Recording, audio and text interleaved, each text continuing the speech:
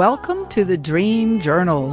From the studios of KSQD in Santa Cruz, the Dream Journal is a weekly show where we explore the power of nighttime dreams through conversations with dream experts and with listeners like you. In the house behind, the life you find is something understood. A dream can be meaningful even if you don't know what it means.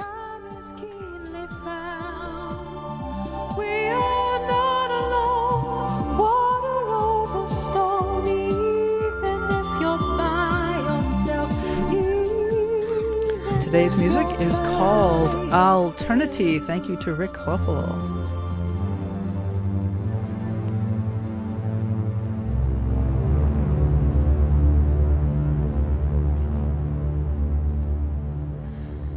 Dreams bridge the ordinary and the mystical world. Working with them can be alchemical. Today we welcome special guest, poet, dream priestess, and counselor in training, Alyssa Spungen. I'm your host, Catherine Bell of Experiential Dreamwork, and welcome to the Dream Journal. We'll be taking call-ins during the last 30 minutes of the show, but you're welcome to email us anytime at onair@ksqd.org. All right, let's get to the guest. Hello, Alyssa. Welcome. Thank you so much for being on the show. Alyssa Spungen is a writer, a dreamer, and a counselor in training. She was born and raised in Lake County, Indiana, and currently calls the Sonoran Desert her home. Her first book of poetry will be published in May by the Phoenix esoteric publishing house White Stag Press. It's called Spiral Staircase, a meditation on alchemy. So check that out, Spiral Staircase. And you can get in touch with Alyssa on Instagram at yourdreamfish or at alyssaspungen.author. And your new book is called Spiral Staircase, a meditation on alchemy, and it's a book of poetry, right? Poetry and prose, yeah. Okay, yeah. Because tell me about alchemy. Like, what does that mean to you, alchemy, and how do dreams help with that? What is that? Yeah, so the way I've sort of basically understood alchemy as the archetype of change and transformation. Mm-hmm. So it can be embodied in a lot of different things. And I guess in this context, writing has alchemized my mystical experiences, and by using the word mystical, I just mean experiences that are really profound and hard to put into words. Mm-hmm. Right. And then dreams as an agent of alchemy is, I mean, you talk about it every week after week, about the dreams being alchemical in that we take them in, maybe we carry them around with us, or maybe we find some aspect of their essence, and then it works on us. It changes us. Yeah, right. You know, I like the way that you describe mystical as something that's hard to put into words, because that's dreams all over the place, hard to put into words. And they change us. Like, they change us. There's something that doesn't require words for us to change. Yeah, I think I really like Robert Moss's term for chiromancy, when you kind of take in these experiences and let them guide you, because I feel like dreams have helped me with a paradigm shift. Like, there was one dream I had, and it's one of the poems in this book. I sort of wrote the dream as a poem, and it completely altered the way that I orient towards my life. Oh, well, I'd love to get an example. Do you want to share the experience and maybe the poem as well, and kind of dive into your book a little bit? Yeah, my favorite thing to talk about are these weird experiences. So I was studying for a metaphysics class in college, and it was this really dense textbook. I fell asleep trying to read it. And I wound up in a lucid dream where I'm walking on just kind of like a dark street with a friend of mine, and I'm like, oh, this is my dream. This is so cool. And then she sort of just disappeared, looked at me a little weird and disappeared. And then I'm walking along the street, going the opposite direction with my boyfriend at the time, and the same thing happened, but I said it a little bit more, with a little bit more hesitation, like, oh, we're in my dream. And he also disappeared. Oh. And so then I'm walking down a central street by myself, and I see this very pale woman, and she kind of beckons me over to her. And she holds up a square of red and a square of black and tells me to memorize it. And I said, okay.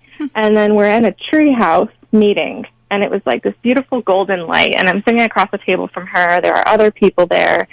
And I'm starting to freak out because I feel so lucid that I'm like, is the rest of my life that I have experienced till now gone? And I just started to get very anxious. And she kind of looked at me like kind of disappointed and then kicked me in the chest and said, oh, you're not ready yet. And then I'm falling backwards. And then I feel myself go back into my room, back into my body.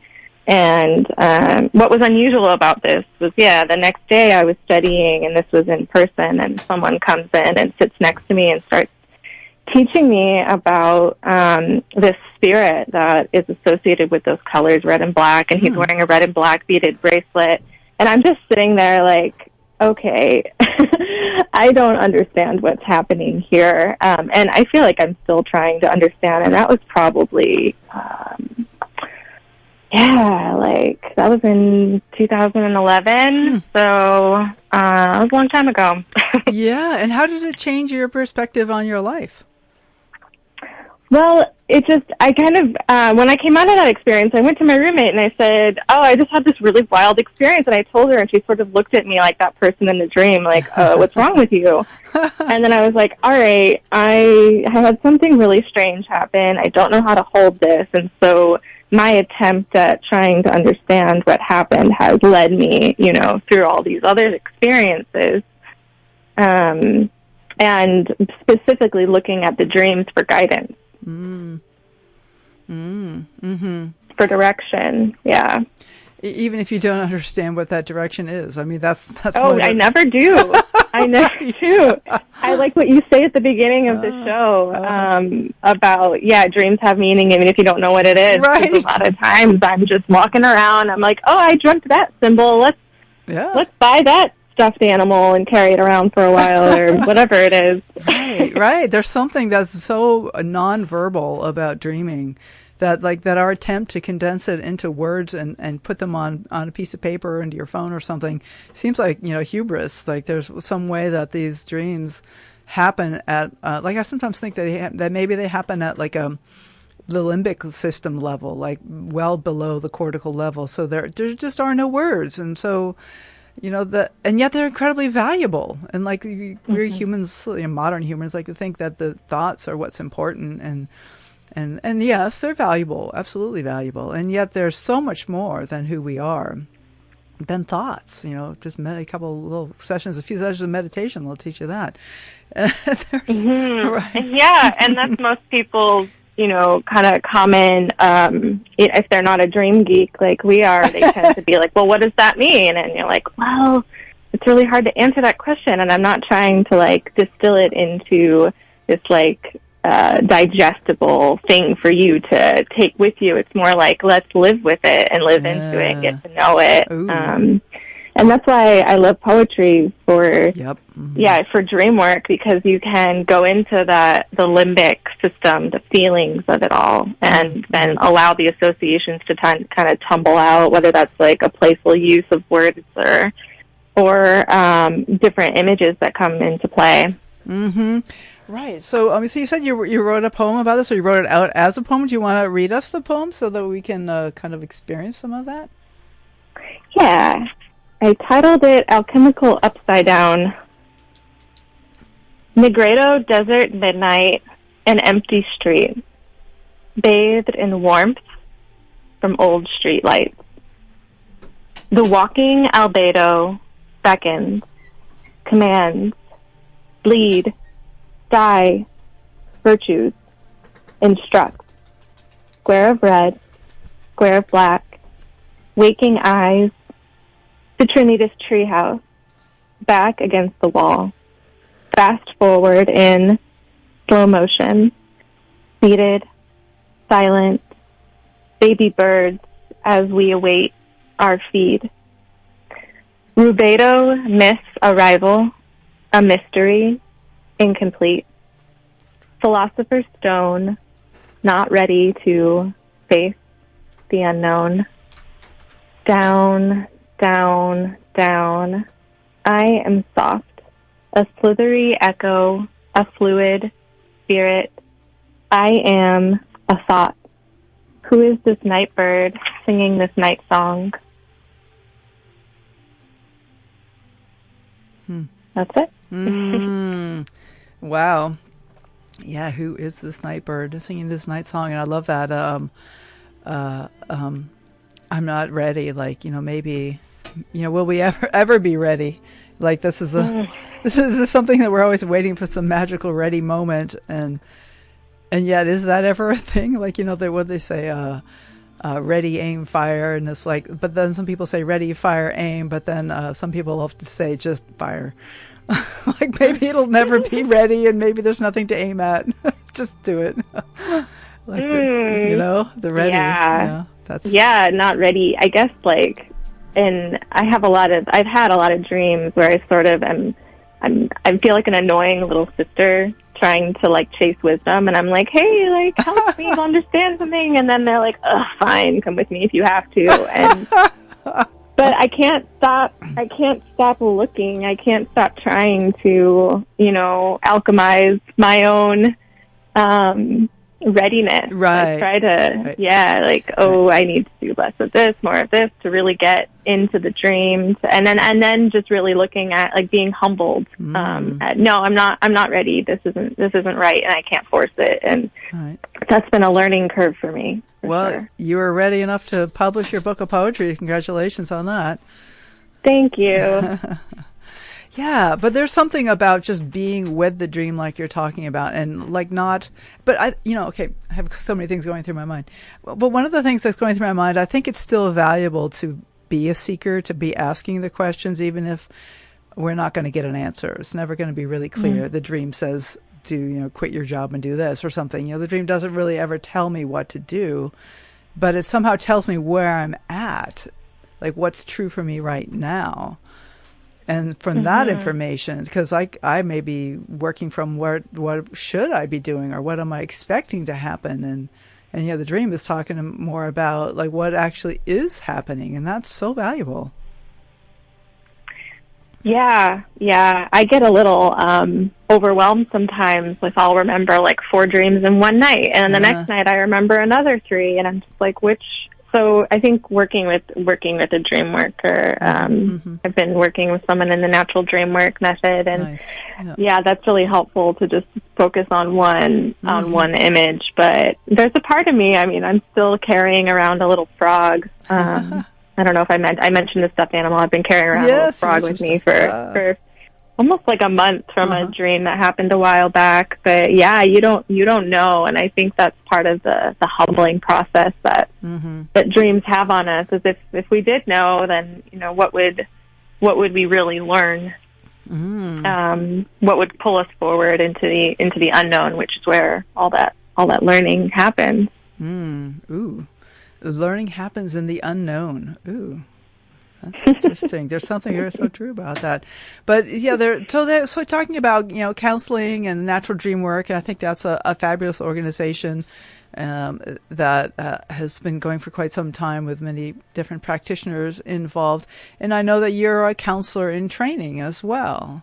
And so do you work with people in their dreams as well? Is that something that you're working towards, or what is that like? I'm working towards that. I did coaching for a little while, so I have a couple coaching clients that have already kind of started bringing in their dreams, and we'll work with them. But with therapy, it hasn't really happened yet. But I'm hoping I'm hoping it comes. And I'm also holding on to. I know you've had a couple dream workers on the air over the last few weeks that are speaking specifically to group dream work and collaboration and the limitations of what we can do on our own. And so I'm also I'm holding on to that as well. Is I've kind of done some group dream work, and it's always so amazing. And I know, like, just speaking about the conference like you did, there's so much that gets woven in. Like every hour you're kind of walking into a room and it's like, oh, here's this synchronicity and here's this symbol that's being pulled, and this person also has this symbol, and it's like it's like this breathing synchronicity in that space, which is like one of my, I mean, I've only been to the one conference that was in Tucson, but well, we're hoping to get you out to Santa Cruz in October when we have our Festival of Dreams out here. You're talking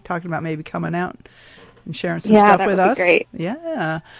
There is something about sharing dreams that seems really valuable, but it's not to get like an interpretation, because I think a lot of times people kind of freeze up when you start telling them their dream, or we start telling them your dream, because they're like, uh-oh, now I'm supposed to interpret it. It's like, no, actually, I don't want you to interpret it. I just want you to kind of listen and help me take it in and process it and kind of connect with that deeper part of myself. And and I don't know if you still struggle with this, but like I still struggle with this when someone comes to me with a dream, and I'm like, oh, I've done all this work. I have to I know exactly what this is about and be able to be helpful, and it can be like really distracting from having as Tokopa mentioned, and the courting the dream is like having an embodied presence when you're courting the dream, what she calls courting the dream, and then inviting that mystery in as the dream is an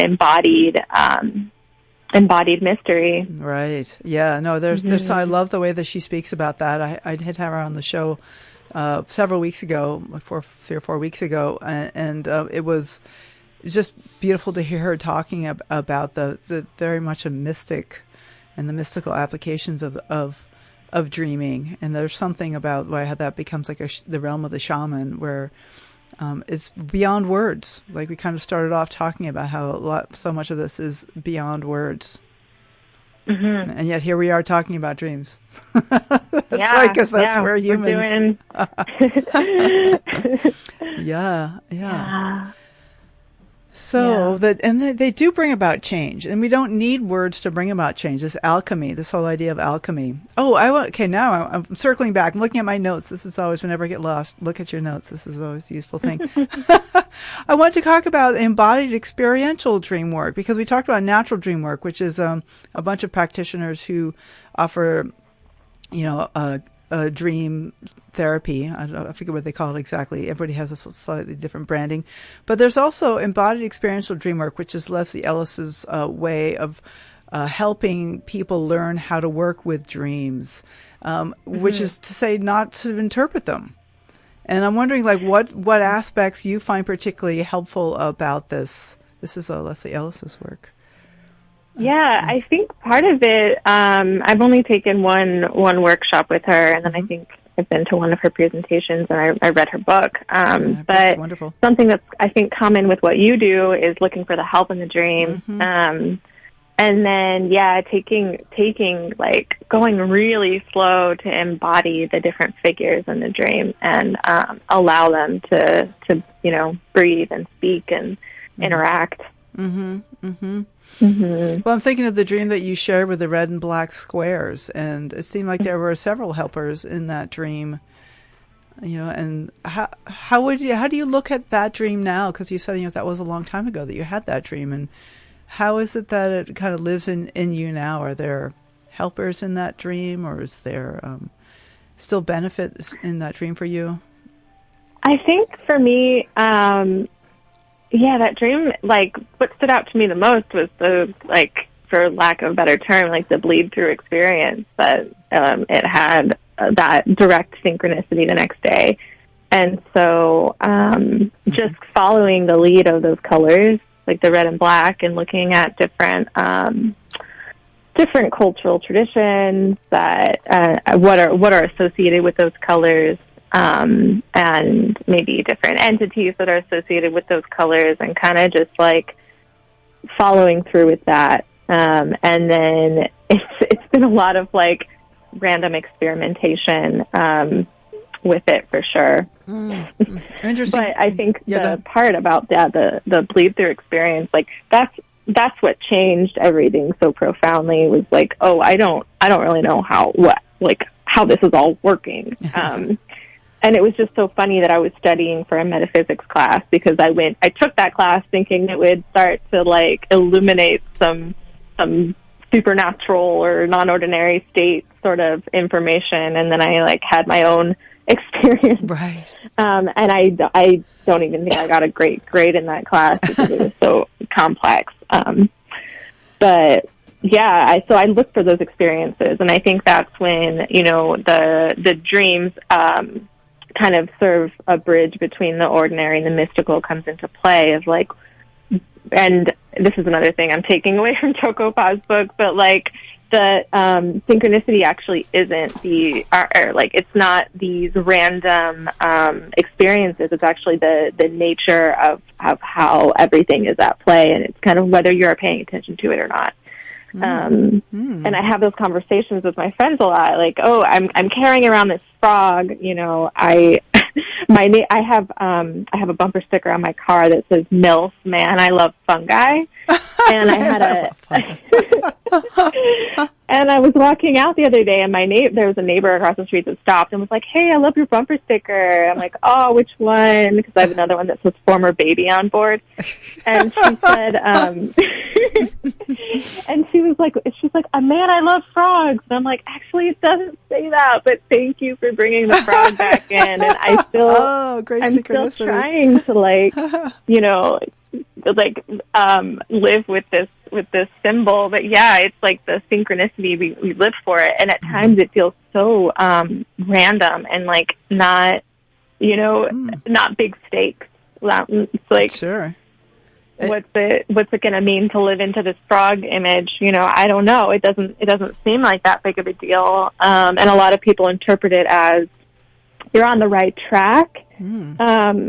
But still holding that, it feels like, yeah, you're just still kind of living with the mystery there. You're kind of holding it and seeing if it does kind of turn out to have meaning, or maybe you create the meaning yourself through living with it, or it shows you what it wants, or it's so fun. I guess like a big takeaway for me is like it's a fun way to interact with reality. And as someone who has, you know, struggled with depression for a long time, like it changed that for me too. It's like, oh, here's something fun that I can do. And I also, you know, I was scared of sleep for a long time. Like as a kid, I had some really intense nightmares, and I didn't know what to do with them. And you know, as a kid, like you kind of don't know what's real or not in terms of dream content. And I remember that being really scary. So I developed sort of a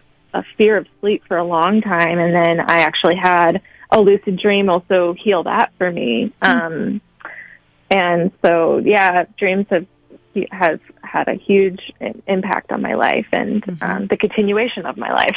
Right. Well, yeah, depression's no joke. And, you know, I'm glad you're still with us, because that is no joke. And the dreams like kind of sent you out a rescue line. And, you know, I'd love to hear more about that. We're up against a break now though, but we have just a few minutes off, and I'd love to come back and hear more poetry, of course. And if you're comfortable to talk a little bit about depression and how dreams helped you get through it. And what maybe eventually we'd like to hear that frog dream, which we've been hinting at. But this is great to talk to you. This is Alyssa Spungen, and we are talking about poetry and dream alchemy. Her new book is called Spiral Staircase, a meditation on alchemy, which is coming out in just a few weeks. You can order it from White Stag Press. Spiral Staircase, a meditation on alchemy. All right. We are broadcast live from the KSQD studios in Santa Cruz and co-broadcast live in San Jose by KCXU. We will be right back.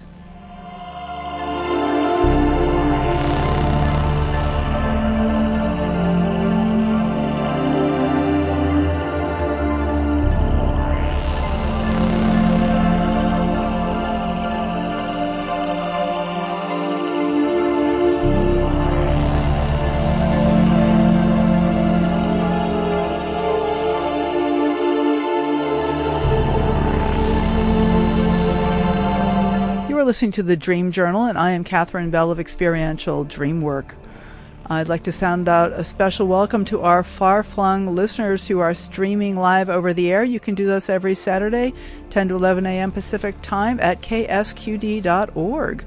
People all over the world are interested in their dreams. If you want to help us nudge the algorithm to spread interest in dreaming, please follow the Dream Journal on your favorite podcast app and be sure to subscribe, review, all that good stuff. It does help more than you know.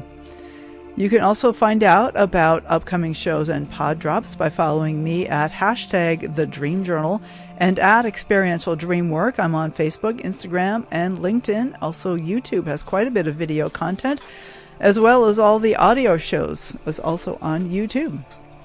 If you're inspired, please give us a like or a comment. Also, please contact me if you'd like to be a guest on the show to talk about a new book or to let folks know about your dream-related offerings. It's my pleasure to support my dream colleagues in their endeavors, and we really are Team Dream. So give me a call if you'd like to be on the show. So also, it's time to register for the IASD conference. We're meeting in June. This is 21st to the 25th, and we're going to have all that good stuff that you're used to, the receptions and the dream ball and workshops and presentations, and it's all online, so no need to even get dressed. You can do it in your pajamas. No flights, just insights. Yes, so register now for the IASD conference. I'll be there leading a dream group 4 mornings in a row. You get to talk about your dreams with me and also give a little presentation summarizing my book in progress. And we have some wonderful keynotes from Fanny Brewster to Charlie Morley, and I think Bob Haas, of course, says several things about afterlife dreaming, which I think is going to be very interesting. So that's you can find out about that at asdreams.org, and then just go over to the conferences page and go ahead and register when you're ready. Everything's being prepared. And next week, please welcome the Bay Area local Daniel Oldis, who will be sharing his ideas. This is a little creepy, but I think it's going to be very cool, about how we might one day record our dreams and play them back on YouTube. How that might happen and what that might mean for our relationship with our dreams. Whoa, that would be something if we could actually see the dreams on YouTube. But of course, what would be missing would be the feelings. That's one thing where the humans come in. So today's guest is Alyssa Spungen, and we're talking about poetry and her new book called Spiral Staircase, a meditation on alchemy, which is poetry and prose about the amazing alchemy that dreams have to offer. So, Alyssa, we were talking, maybe we should like to start off with some poetry. Do you have something you'd like to read? You can either just read us the poem or give us an introduction. Would you like to share something from your book? Yeah, so we had left off on how dreams have helped with depression, and I was thinking about that, and I think writing helped with that, and also, I started having lucid dreams while I was tapering off of an SNRI medication. Yep. So that's sort of, it actually did sort of catalyze dream recall, and so it's sort of a combination. But I've been writing since I was little, and it's helped me immensely. I think I was part of a ceremony last night. One of the facilitators said the opposite of depression isn't happiness, it's expression, and she was kind of like, go express yourself, like do your art, share your art. So this was a poem I wrote about depression, and it's part of the Negredo section of alchemy. And I explain kind of the different phases of alchemy, at least in the tradition that I'm using, at the back of the book. But I won't go into that. But it's kind of the first stage when things are like heavy. You recognize like I can't do this anymore. Something needs to change. So it is. I have a big tower of ego, dripping with radioactive honey all along the sides. It is an ode to melancholia, Depression is intoxicating, seductive, and slow. A giant rattlesnake rubbing his belly after lightning strikes the sand on the desert floor. She is standing in front of a full-length mirror, admiring her sex appeal, turning back and front to show off the black leather dress with cutouts. She is so attached to the seduction of it all, she can't feel the fire below. She only walks slowly back and forth from the crypt. She doesn't understand. Her breath feels like a cool whisper. She is drunk on the poetry of life. She gets so drunk that death appears. She feels her fire, tiny matchstick flame, her cool breath a threat. She begs for another chance. Please stay. Please keep me. Maybe it's not depression. Maybe it's a quiet place from the noise. Maybe it's a receptacle for anger. Maybe it's the darkness that meets us all someday. Maybe it's the graveyard that houses our bones. Maybe the tomb is not so bad. Maybe the tomb is a loving tuck. Good night. Wow. Oh. Ooh. Wow. Thank you. Yeah, in the book, as with the spiral symbol, you kind of, you're circumambulating a central feature, but every time you come to the same place, you're at a slightly different area. And so a lot of some of the dreams that I pulled some of these images from also are referenced towards the back of the book in different places. And I have 3 different sections in the book. One is specifically the alchemical phases, and then the second is dreams and dream work reflections, and then the second part is wholeness, and then the third part is dreams and dream reflections. So it's some of the symbols sort of weave along that spiral, if that makes sense. Yeah, I've definitely had an experience with the spiral path of evolution that it's coming around again. I can't believe I'm doing this again. And yet it's a little different this time. Yeah. Yeah. A little bit more perspective. Yeah. Hopefully. So, yeah. Alyssa, we have on the line Elizabeth from Bellingham, and I'm actually so delighted that Elizabeth called because she is a fabulous person, and you two really should meet, and here you're going to get to talk to each other. Hi, Elizabeth. Hi, Catherine. Yay, thanks so much for calling. Oh, yeah. Yeah, I've been through a portal for sure. Yeah. And it's been a very powerful experience. And today I woke up in time from a dream, and I thought, wow, I can listen to Dream Journal for, it's been a while. So I'm so pleased to hear your voice and to hear from this wonderful Alyssa. Hi, Alyssa. Hi, Elizabeth.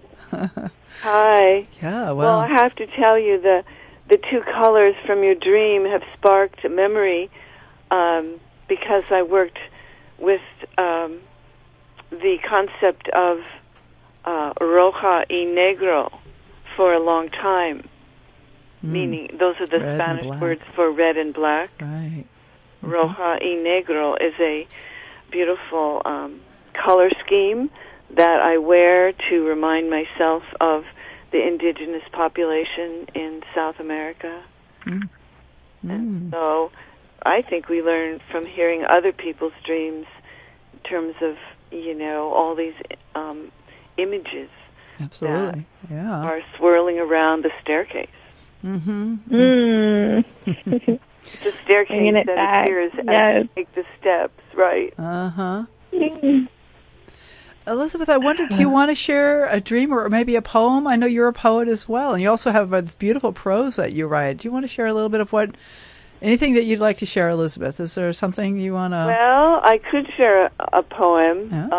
I have suffered from depression myself, but there have been many aspects of my ancestral heritage that have been so difficult along the way. I was going to go into a dream.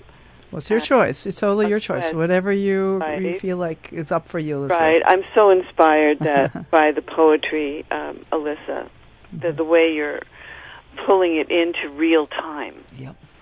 Right? I love that because I live there. And I don't know that many people who live there. Right. Yeah. So. Oh, I love this. Thanks for calling in and sharing. I would love to hear a poem. You would love to hear a poem. Okay. All right, let me get there. Right here. Actually, this poem is called Enlightenment, and maybe it will be clear from the content. I tell you this without pity. I had to rescue myself from him. In time, I gave up my self-sacrificial role. No more overgiving to an abuser who feigned compliance. The jig was up. Love must be sacred honor. I must remain robust now. Allow the mild cleanse of redemption, the solace of long spring walks. The wound becomes the gift, the harm, the abuse. A brass spiral waves in the northwest wind. Cosmic order prevails. I sustain peace of mind, heart, and body, comforted by the shrill bonk of mating frogs, tending the invisible. Wow. Yes. And the frogs. The frogs. The shrill the frog bonk. and the alchemy. Yes. Elizabeth, thank you. Oof. I tell you this without pity.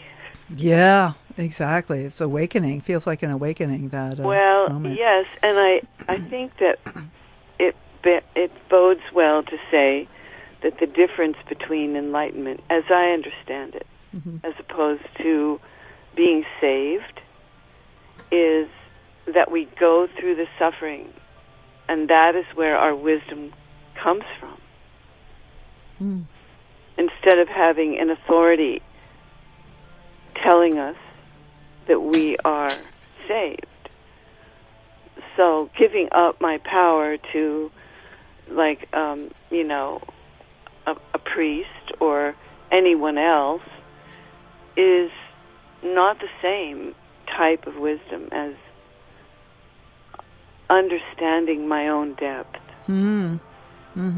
Right? Yeah. Most people are afraid to go into the dark of their experience, which to me is dreams. Dreams take us into the dark, or at least they enlighten or illuminate my dark, showing me the characters, showing me my essence. So, yeah, I wonder what you think about dreaming of characters in your life. Because I seem to have this relationship issue that's kind of gone on for years and years. And this one partner of mine that I was totally in love with, he was my prince. And of course, it didn't work out. He got involved with somebody else. And all this time, I've been dreaming about him. Mostly I go to his place, and he's sitting there, and he's there for me in some capacity, not sexual usually, but then I had another dream recently that his wife came into the dream. The first time, right, that this woman he left me for came into the dream. So I guess my question is, do we continue on another plane with our life experiences through dreams? Like that relationship didn't die, but it had to alchemically change me into a person that could no longer need him, which I felt was really a long process. Well, I want to tie that, Elizabeth, thank you for sharing this, and I want to tie that question to what you said right before it, which is that there's something really powerful about our own finding our own way, our own alchemy, our own enlightenment, rather than, receiving it. Right? Did I kind of catch some of the essence of what you were saying? Mm-hmm. Yeah. And there's like something powerful in just asking the question and like kind of living with the question and like these dreams. Like what, and I'm curious what Alyssa has to say, but I feel like the question and the answer are kind of all in what you said there. Mm. Like it's all in me. It's all in me. Like even Alyssa was talking before the break about the mysticism and seeing ourselves as mystics, and how dreams kind of help us learn that we are shaman. Beautiful. I missed a few lines of the conversation as I was calling in. Yeah. We are the shamans. Yeah, I mean, there's something about the mystical experience of the dream that that kind of is like an inner shaman, or our expression of our own shamanhood or something. I don't think we use quite those words, but this is kind of some of the essence of what I've been mulling over. That's beautiful. And I think a part of that too is like, I mean, for me, a huge learning curve has been not taking my dreams literally. And I think that is for a lot of people. Like, if I'm dreaming of this person, then I must, reach out to this person, or it might be about them having this experience. But I think, like relearning our connection with metaphor and symbol, and then really taking it to heart that like there's this prince, this inner other, there's like someone that's there, and like spending time with them in that dimension can also be deeply medicinal here on this plane too. Oh, I love that. Mm.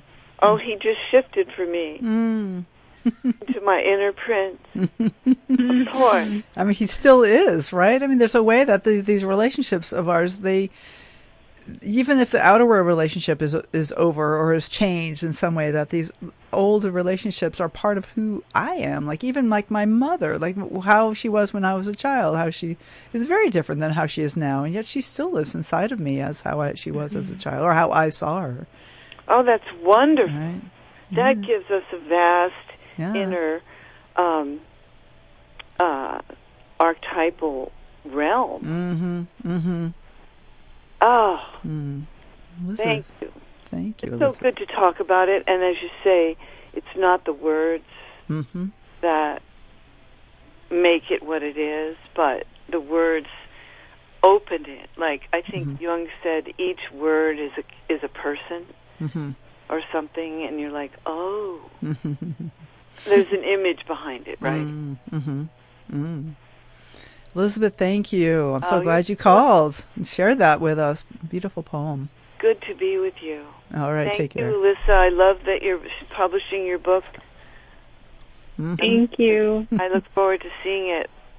Yes. Oh, great. All right. All right. Thanks, bye now.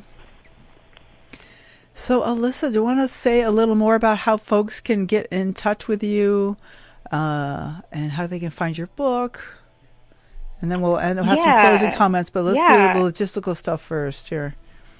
Yeah, and there's a limited number of, I created a little set of sigils that the publisher is selling along with the book, and then a customized candle to they like to offer reading poetry as ritual. So there's a certain number of those left, and you can find those on whitestagpublishing.com. And then to get in touch with me, those Instagram accounts, or emailing me at alyssa@gmail.com. Okay. And again, those accounts are at yourdreamfish and at alyssaspungen.author. Spungen is Spungen, alyssaspungen.author. And those are both on Instagram. So, Alyssa, thank you. So I wondered if you had any final encouragements for our listeners, any final things you'd like to say as we wind up the show? Just share your art, share your dreams, and don't feel like you have to have all the answers. Right. Thank God. Okay. Oh, There's Alyssa, it's this a song pleasure. I'm liking this year that's just like, you can make mistakes, you can make mistakes. It's just like Yes. that over and over again. It's just this mantra. Yeah. That Yeah. is a good one. That is good. And hopefully we'll see you out here in October for the Festival of Dreams. Alyssa, thank you. Yeah. Thank you. All right. Bye now. Bye. All right. Well, thank you all for listening. The Dream Journal is produced at the studios of KSQD in Santa Cruz, and we are live every Saturday at 10 a.m. Pacific at ksqd.org in case you want to get on the action with being a caller, sharing your thoughts. The podcast is released on the Monday after the show. It spreads interest in dreaming when you subscribe, rate, review, leave comments, share with your friends, all that good stuff. I am Catherine Bell. Find out about my dream coaching practice at experientialdreamwork.com. Email me at catherine@ksqd.org, KATHERINE @ksqd.org. I'd like to thank Rick Kleffel, engineer and music creator, and also audio editing by Suki Wessling. Phones by Tony Rosamano. Intro and outro pieces are both by Mood Science. And tomorrow morning when you wake up, take a minute to write down your dream and bring it to the next Dream Journal.